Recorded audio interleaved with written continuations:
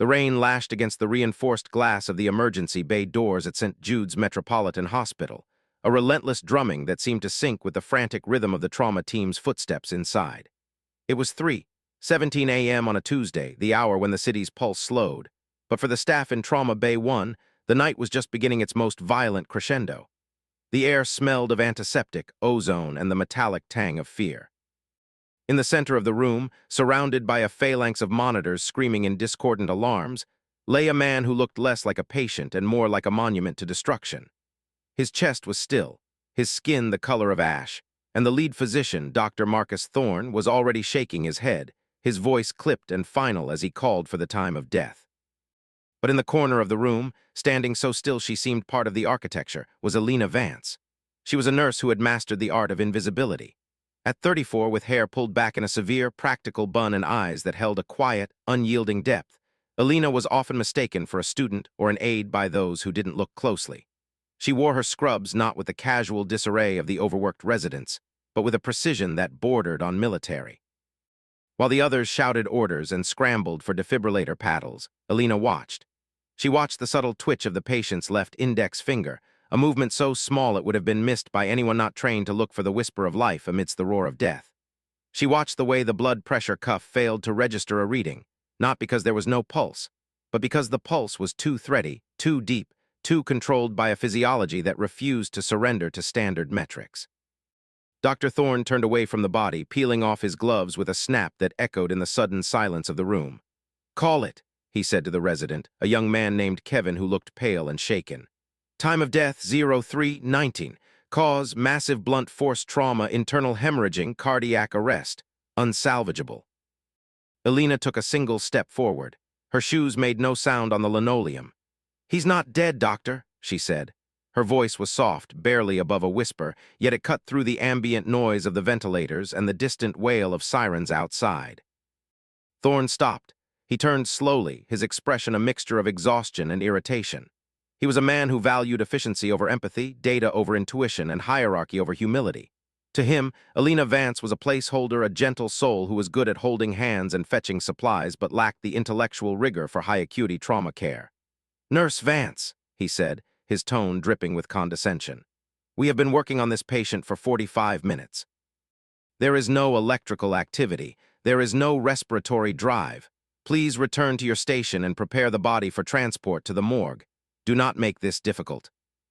"He has a pulse," Alina insisted, her eyes locked on the patient's chest. "It's faint, it's bradycardic, but it's there. If you stop compressions now, you kill him." A few of the other nurses exchanged glances. Some looked sympathetic, others looked annoyed.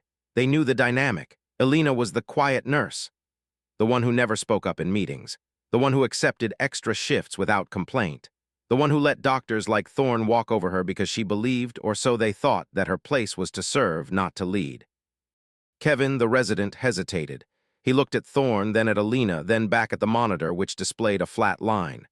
"Doctor, maybe we should check again, just to be sure." Thorne's eyes narrowed.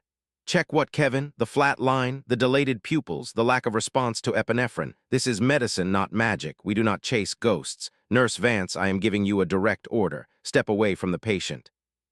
Alina did not move. Her heart hammered against her ribs, not with fear, but with a fierce, burning certainty. She knew things these people did not know. She knew that the man on the table was not just any victim of a car accident.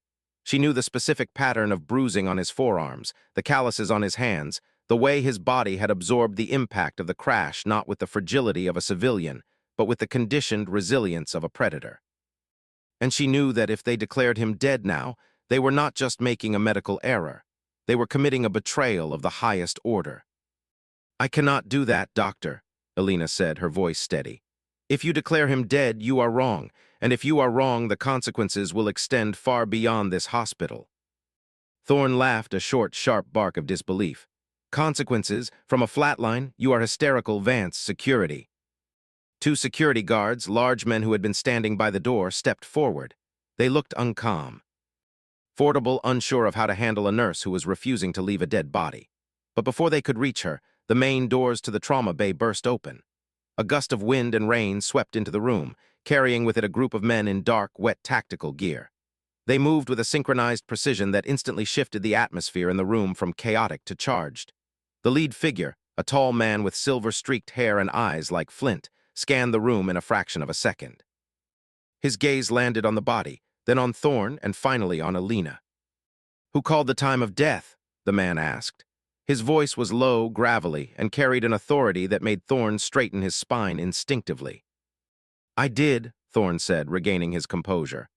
"I am Dr. Marcus Thorne, attending physician. This patient arrived 40 minutes ago with catastrophic injuries. We performed ACLS protocols to no avail. He is deceased."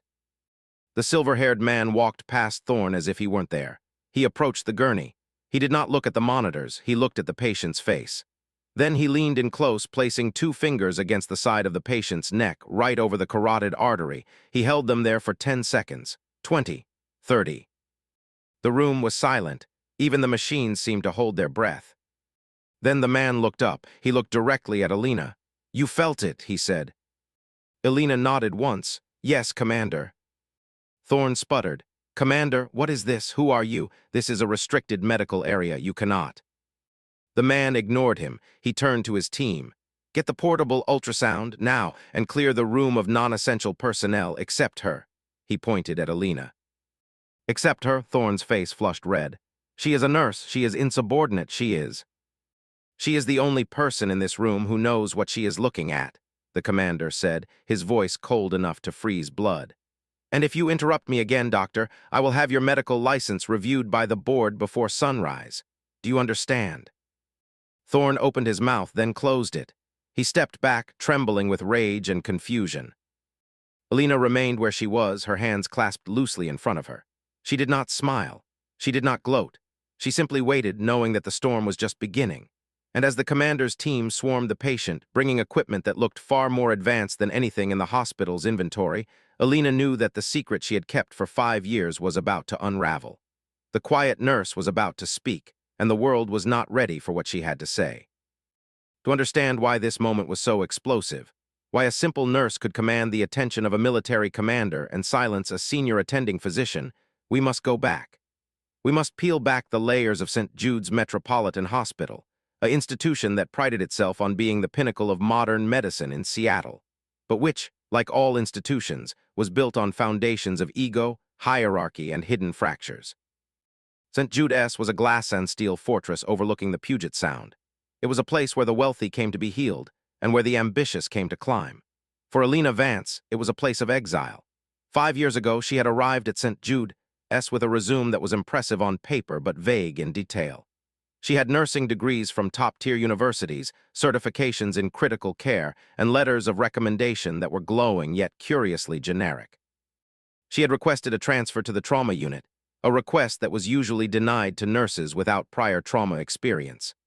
But due to a staffing crisis and a peculiar endorsement from a hospital administrator who owed a favor to an unnamed benefactor, Alina got her spot. From day one, she was an anomaly. She was efficient, yes. She was compassionate, certainly. But she was also distant. She did not participate in the gossip that fueled the break-room conversations. She did not attend the happy hours where residents and attendings bonded over alcohol and complaints about administration.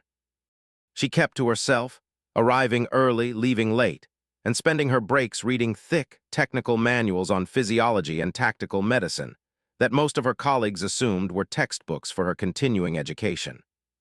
Dr. Marcus Thorne had taken an immediate dislike to her. Thorne was a man who believed that medicine was a performance. He loved the spotlight, the dramatic saves, the applause of the family members in the waiting room. He viewed nursing as a support role, a necessary evil that should remain invisible unless needed. Alina's silence irritated him. Her refusal to engage in the social hierarchy unsettled him. And her occasional, subtle corrections of his procedures, delivered quietly, privately, and always with undeniable accuracy, felt like insults. "You think you're better than us, don't you?" Thorne had said to her 6 months prior, after she had quietly adjusted the dosage of a sedative he had prescribed for a patient with a rare metabolic disorder. He had caught her checking the patient's chart and noticing a contraindication he had missed. "I think the patient is safe, doctor," Alina had replied, her eyes downcast. "Safety is my job," Thorne had snapped. Your job is to follow orders. If I see you overriding my decisions again, I will have you written up for insubordination. Do not test me, Vance. You are replaceable." Elena had nodded. She had accepted the warning. She had gone back to her station. But she had also filed a confidential report with the pharmacy board, anonymized, noting the potential error. The report had been reviewed, the protocol updated, and Thorne had never known. That was Elena's way. She did not seek credit. She sought correctness. She sought to preserve life, regardless of who got the praise. But there were others who noticed. Not Thorne, blinded by his own ego, but some of the older nurses. Martha, the charge nurse, had seen Elena stabilize a crashing patient using a maneuver that wasn't in the standard handbook. It was a technique used in field hospitals, in war zones, where resources were scarce and speed was everything. Martha had asked her about it. "Where did you learn that, Elena?" Martha had asked, her voice low. Elena had smiled, a sad, fleeting expression. "In a previous life, Martha, before I came here." "And what was that life?" Elena had shaken her head. "It doesn't matter, it's over. I'm a nurse now, that's all that matters." But it wasn't all that mattered, because beneath the scrubs, beneath the gentle demeanor, beneath the quiet acceptance of humiliation, lay a history that was classified, dangerous, and extraordinary. Elena Vance was not just a nurse. She was a former corpsman attached to a specialized joint task force, a unit that operated in the shadows of global conflicts. She had served in places that didn't appear on maps, treating wounds that didn't appear in medical journals. She had earned a call sign that was whispered with respect in certain circles. Silk, because she could stitch a wound in the dark, under fire with hands that never shook, and because she could slip through enemy lines unnoticed, a ghost in the machine of war. She had left that life behind after an operation went wrong, not because of her failure, but because of the cost. She had lost friends, she had lost a part of her soul, and she had promised herself that she would never pick up a weapon again. She would only heal. She had changed her name, scrubbed her digital footprint, and started over. She wanted peace. She wanted simplicity. But St. Jude S. was not simple, and peace, she was learning, was fragile. The hospital culture was toxic in ways that were subtle but pervasive. It was a place where mistakes were covered up, where favoritism dictated promotions, and where patients were often treated as cases rather than people. Elena had tried to navigate it with grace, but the weight of her secret was heavy. She lived in constant fear of being discovered, not because she was ashamed, but because she knew that if her past came to light, it would bring scrutiny she didn't want. It would bring questions about her credentials, her background, her true identity, and it would disrupt the quiet life she had built. So she endured. She endured Thorne's sneers. She endured the dismissive attitudes of the residents. She endured the loneliness of being misunderstood. She found solace in her work, in the small victories of saving a life, in the quiet gratitude of a family member who didn't know her name but knew she had cared. But the universe has a way of testing resolve, and the man on the table in Trauma Bay 1 was not just a random accident victim. He was a link to her past, a link she had hoped was broken.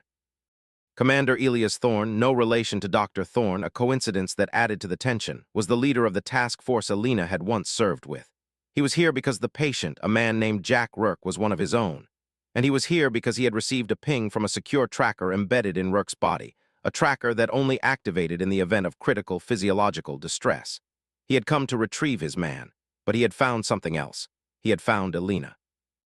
And he knew immediately that she had saved Rourke's life when everyone else had given up. If you are enjoying this story of hidden strength and quiet dignity, please take a moment to subscribe to the channel.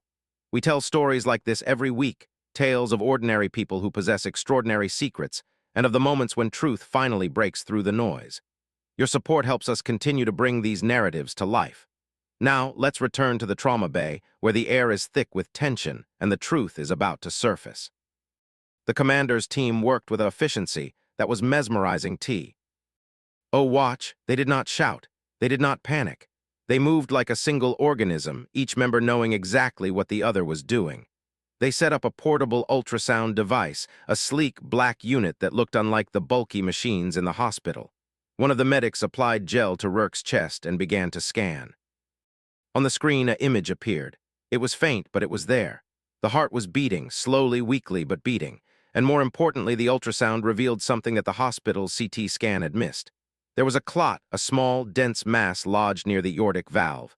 It was acting as a plug, preventing massive hemorrhaging but also restricting blood flow. It was a delicate, deadly balance. Any aggressive movement, any standard CPR compression, could have dislodged the clot and killed Rourke instantly. Alina had known. She had felt the subtle resistance in the chest wall, the unusual rhythm of the faint pulse. She had recognized the signs of a tamponade variant, a condition she had seen only twice in her career, both times in combat zones where shrapnel created unique internal injuries. She had known that standard protocol would be fatal, so she had stood her ground. Commander Thorne looked at the screen, then at Alina. "You knew," he said. "I suspected," Alina corrected. "The mechanism of injury, the angle of impact. It suggested a penetrating trauma that sealed itself. I couldn't be sure without imaging, but I couldn't let them stop compressions if there was a chance." "You risked your career," Thorne said. "I risked nothing," Alina said softly. "I just did my job." Dr. Thorne, who had been standing in the corner fuming, stepped forward. "This is absurd. You are bringing in outside personnel, unauthorized equipment. This patient is under my care. I demand that you leave immediately, or I will call the police." Commander Thorne turned to him. His eyes were cold. "Doctor, your care nearly killed this man. If Nurse Vance had not intervened, Mr. Rourke would be dead. And since Mr. Rourke is a federal asset under protective custody, your negligence constitutes a federal offense. I suggest you lower your voice and step back." "Federal asset?" Thorne scoffed. "He's a John Doe from a car crash. Check his pockets. He has no ID, no insurance. He's nobody." "He is Lieutenant Jack Rourke, United States Navy SEALs," Commander Thorne said, his voice rising slightly. "And he is under the protection of the Department of Defense. Which means, Doctor, that you are currently obstructing a federal investigation and endangering a national security asset." The room went silent. The residents stared. The nurses gasped. Thorne's face went pale. He looked at Alina, then back at the commander. You're lying. This is a trick." "It is not a trick," Alina said. She reached into her pocket and pulled out a small, metallic dog tag that she had retrieved from Rourke's neck during the initial assessment, before Thorne had ordered her away. She had kept it, knowing its significance. She handed it to the commander. Thorne looked at the tag. It bore Rourke's name, service number, and blood type. It also bore a symbol that Thorne did not recognize, but which made the commander nod in acknowledgement. "Thank you, Silk," the commander said. The word hung in the air, Silk. Thorne frowned. "Silk, what is that, a nickname?" Alina did not answer. She looked down at her hands. Commander Thorne turned to his team. "Prepare for transport. We are moving him to Walter Reed. Notify the director. And get Nurse Vance's contact information. She is coming with us." "Coming with us?" Thorne exploded. "She is an employee of this hospital. She cannot just leave. She has shifts. She has responsibilities." "Her responsibility is to the patient," Commander Thorne said. "And right now, that patient needs her. Unless you want to explain to the Pentagon why their best field medic was detained by a hospital administrator, I suggest you let her go." "Field medic," Thorne laughed nervously. She's a nurse. She's gentle, she's quiet, she's nothing special." Commander Thorne looked at Alina. There was a respect in his gaze that Thorne had never shown her. "Gentle," the commander repeated. "Yes, she is gentle, but do not mistake gentleness for weakness, Doctor. Silk is the reason half my team is alive today. She is the reason I am standing here, and if you had your way, she would be cleaning up blood instead of saving lives." He turned to Alina. "Are you ready?" Alina looked around the room. She saw the faces of her colleagues. Some looked shocked, some looked angry, some looked afraid. She saw Martha, the charge nurse, who gave her a small, proud nod. She saw Kevin, the resident, who looked at her with new eyes filled with awe and confusion. And she saw Thorne, who looked defeated, humiliated, and furious. "Yes," Alina said, "I am ready." She walked out of the trauma bay, following T. He, commander, and his team. She did not look back. She knew that her life at St. Jude S. was over. But she also knew that she had done the right thing, and for the first time in 5 years, she did not feel like she was hiding. She felt like she was home. Before we dive deeper into Alina's past and the shocking revelations that await her at the military hospital, take a second to hit the like button if you believe that competence should always outweigh arrogance. Stories like this remind us that true strength is often quiet, and that justice, while sometimes delayed, is inevitable. Your engagement helps these stories reach more people who need to hear them. Now, let's follow Alina into the unknown. The ride to the airport was a blur of rain and flashing lights. Alina sat in the back of a black SUV, sandwiched between two medics who were monitoring Rourke's vitals. Commander Thorne sat in the front, talking quietly into a headset. Alina looked out the window, watching the city lights streak by. She felt a strange sense of calm. The adrenaline was fading, replaced by a deep, bone-weary exhaustion. But it was a good exhaustion, the kind that comes after a battle fought and won. "You haven't changed," Thorne said, turning to look at her. "Still the same quiet observer." Alina smiled faintly. "Someone has to watch the details, Elias." "We missed you," he said. "After you left, it wasn't the same. We had medics, yes, good ones, but none of them had your touch. None of them could read a body like you could." "I had to leave, Elias, you know why." "I know," he said, "but we didn't agree with your choice. We thought you were wasting your gift." "My gift was getting people killed," Alina said, her voice hardening. "Every time I went out, someone died, maybe not on my table, but somewhere. The cost was too high." "And now," Thorne asked, "now you work in a civilian hospital, you deal with car accidents and heart attacks. Is that enough?" "It's peaceful," Alina said. "It's normal." "Normal is overrated," Thorne said. "And tonight, normal nearly got Rourke killed." Alina nodded. She knew he was right. She had become complacent. She had allowed herself to be underestimated, to be pushed around because she wanted to avoid conflict. But in doing so, she had almost let her skills atrophy. She had almost let her instinct dull. Tonight had been a wake-up call. They arrived at a private hangar at SeaTac Airport. A jet was waiting, its engines humming. They loaded Rourke onto the plane, and Alina followed. As they took off, soaring above the clouds, Alina felt a shift in her identity. The nurse was receding. The corpsman was emerging, and she wasn't sure if she was ready for what that meant. While Alina flies toward Washington, D.C., let's take a moment to reflect on the theme of this story. How often do we judge people by their outward appearance, by their volume, by their confidence? Alina was mocked for her gentleness, for her quietness, but those traits were not weaknesses, they were strengths. They allowed her to see what others missed. If you've ever been underestimated, leave a comment below sharing your story. We read every single one, and your experiences inspire our future scripts. Now back to the story. The flight was long and tense. Rourke's condition fluctuated. At one point, his heart rate dropped dangerously low. Alina worked alongside the military medics, guiding them through a complex procedure to stabilize the clot. She used techniques that were not taught in civilian nursing schools. She used pressure points, specific breathing rhythms, and a calming presence that seemed to lower Rourke's stress levels, which in turn stabilized his physiology. Commander Thorne watched her, impressed. "You still have it," he said. "I never lost it," Alina said. "I just put it away." "Well," Thorne said, "you might need it again, because when we land, there are going to be questions about you, about why you were there, about who you really are." Alina looked at him. "What do you mean?"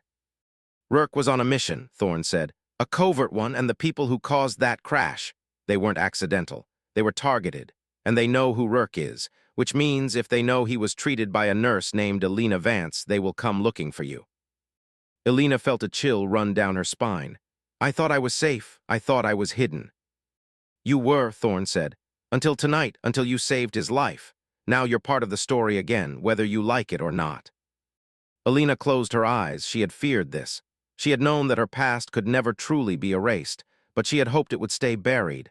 Now it was digging its way out. When they landed at Walter Reed National Military Medical Center, the scene was chaotic. Armed guards lined the tarmac. Doctors in military uniforms waited with gurneys. Alina was ushered off the plane and into a secure wing of the hospital. She was not treated as a prisoner, but as a VIP.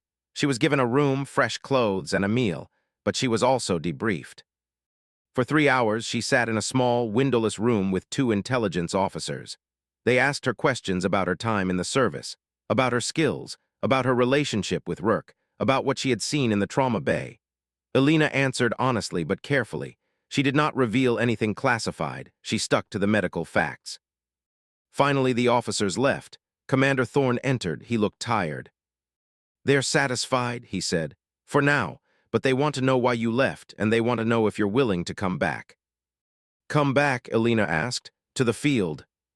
"To the team," Thorne said. "We're forming a new unit, a medical response team for high-risk operations. We need a leader, someone who understands both the science and the soul of warfare. We need you, Silk." Alina shook her head. "I can't, Elias. I have a life. I have a career." "You have a job," Thorne corrected. You don't have a life, you're hiding, and tonight proved that hiding doesn't work. The world is dangerous, Elena, and people like you're needed, not in a hospital basement, but on the front lines, where you can make a real difference. Elena looked at him. She wanted to say no. She wanted to go back to Seattle, to her quiet apartment, to her simple life. But she knew he was right. She had felt alive in that trauma bay. She had felt purposeful, and she knew that she could not go back to being invisible, not anymore. I need time, she said. You have it, Thorne said, but not much, because the people who hurt Rourke, they're still out there, and they know you helped him, which makes you a target. If this twist has you on the edge of your seat, consider sharing this video with a friend who loves a good mystery.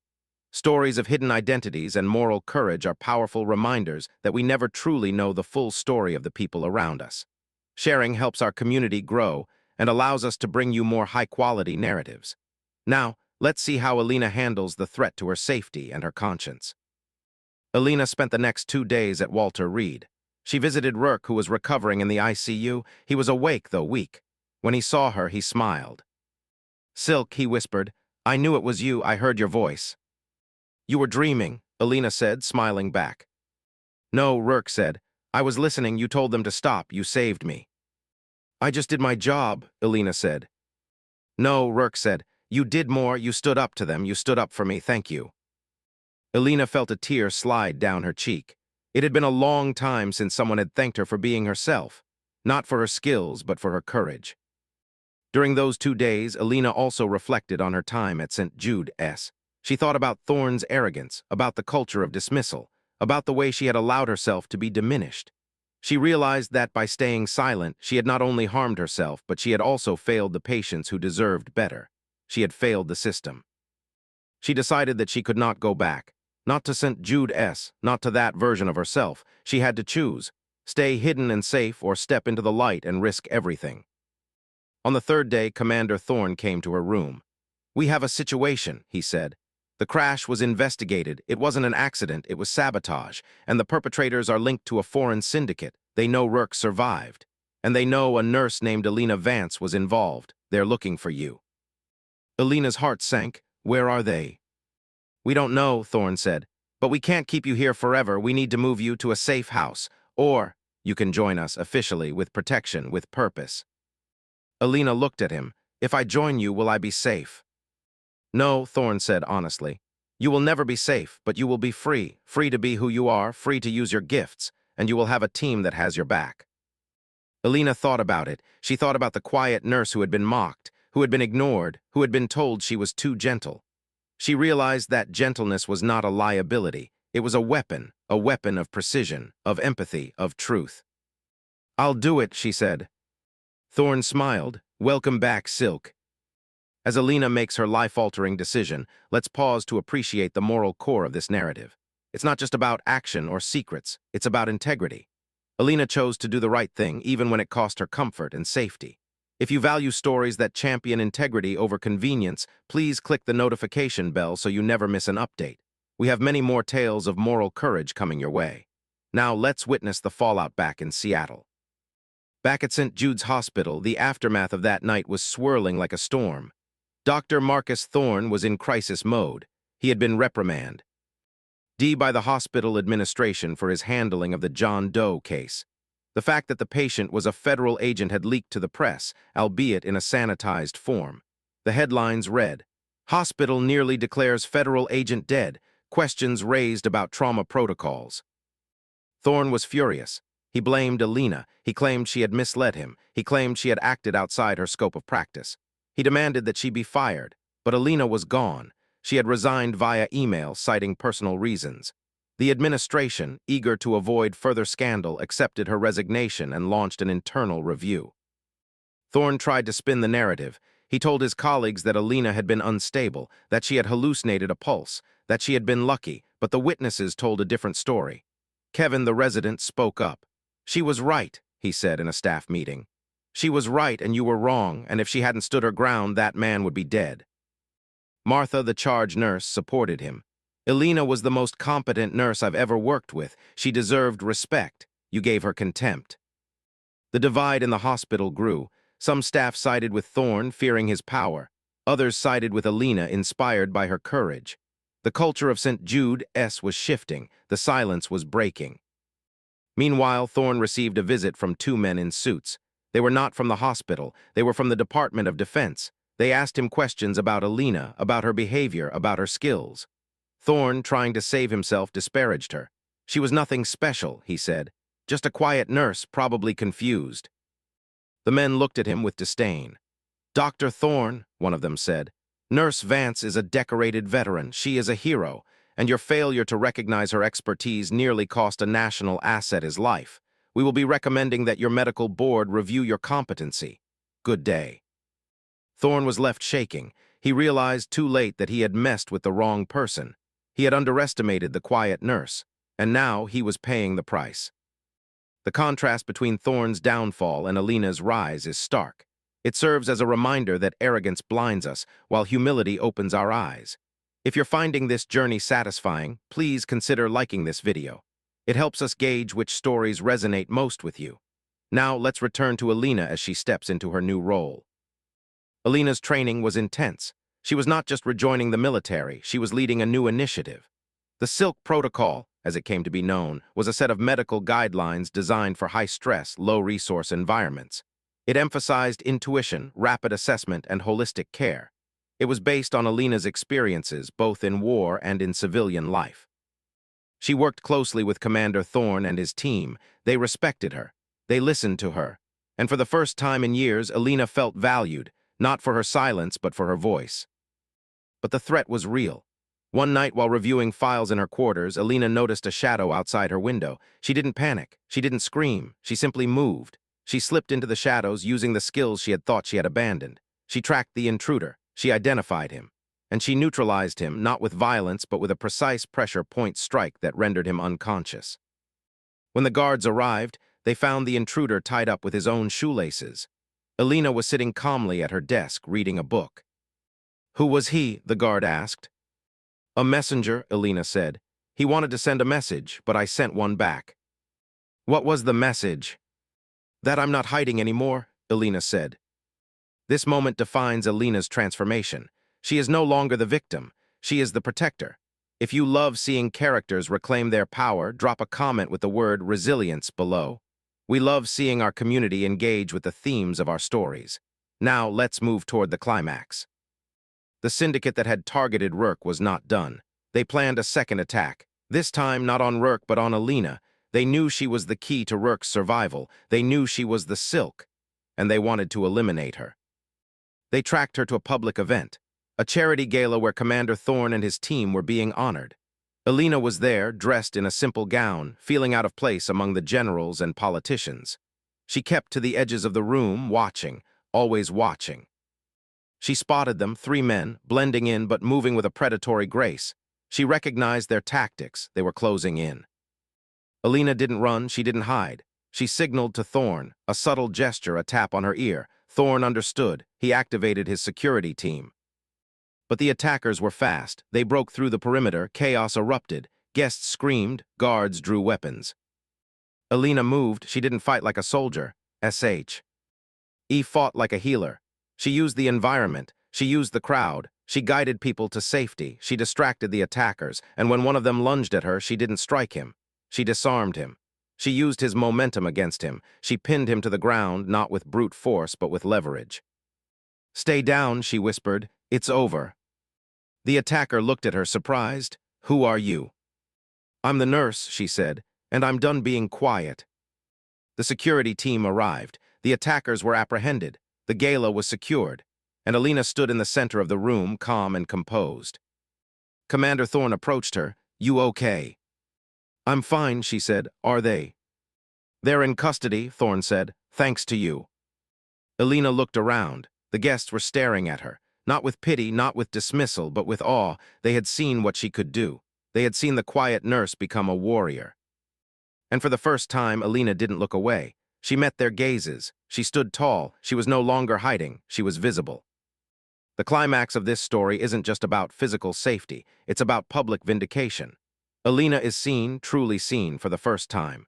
If this moment gave you chills, please share this video with someone who needs a reminder of their own inner strength. Your shares help spread these messages of empowerment. Now, let's wrap up the narrative threads. In the weeks that followed, the syndicate was dismantled. Rourke recovered fully, and Alina Vance became a legend, not just in the military, but in the medical community. The Silk Protocol was adopted by trauma centers across the country. Hospitals began to reevaluate their treatment of nursing staff. The culture of dismissal began to crack. Dr. Marcus Thorne was stripped of his privileges. He left St. Jude's in disgrace. His reputation was shattered. He had learned too late that humility is not weakness.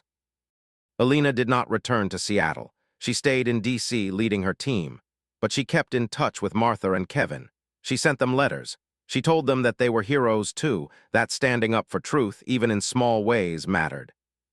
And she never forgot the lesson of that rainy night. That gentleness is not passivity. That silence is not emptiness. And that sometimes the quietest voices are the ones that need to be heard the most. Pause. As we reach the end of Alina's journey, let's reflect on the title of this story. They said she was too gentle until she handled what no one else could. It's a testament to the power of understated competence. If you enjoyed this narrative, please subscribe to the channel. We have many more stories of unsung heroes and hidden truths coming soon. Your subscription ensures you don't miss a single chapter. Alina's story is fictional, but the themes are real. How many Alina Vances are out there? How many people are underestimated because they are quiet, because they are gentle, because they don't fit the mold of the loud, aggressive achiever? We live in a world that values noise, that values confidence, that values spectacle, but true competence is often quiet. It's in the details, it's in the preparation, it's in the willingness to stand alone when everyone else is wrong. Alina Vance chose to stand alone, and in doing so, she saved a life. She redeemed herself, and she changed the world around her. In the final analysis, this story is about dignity.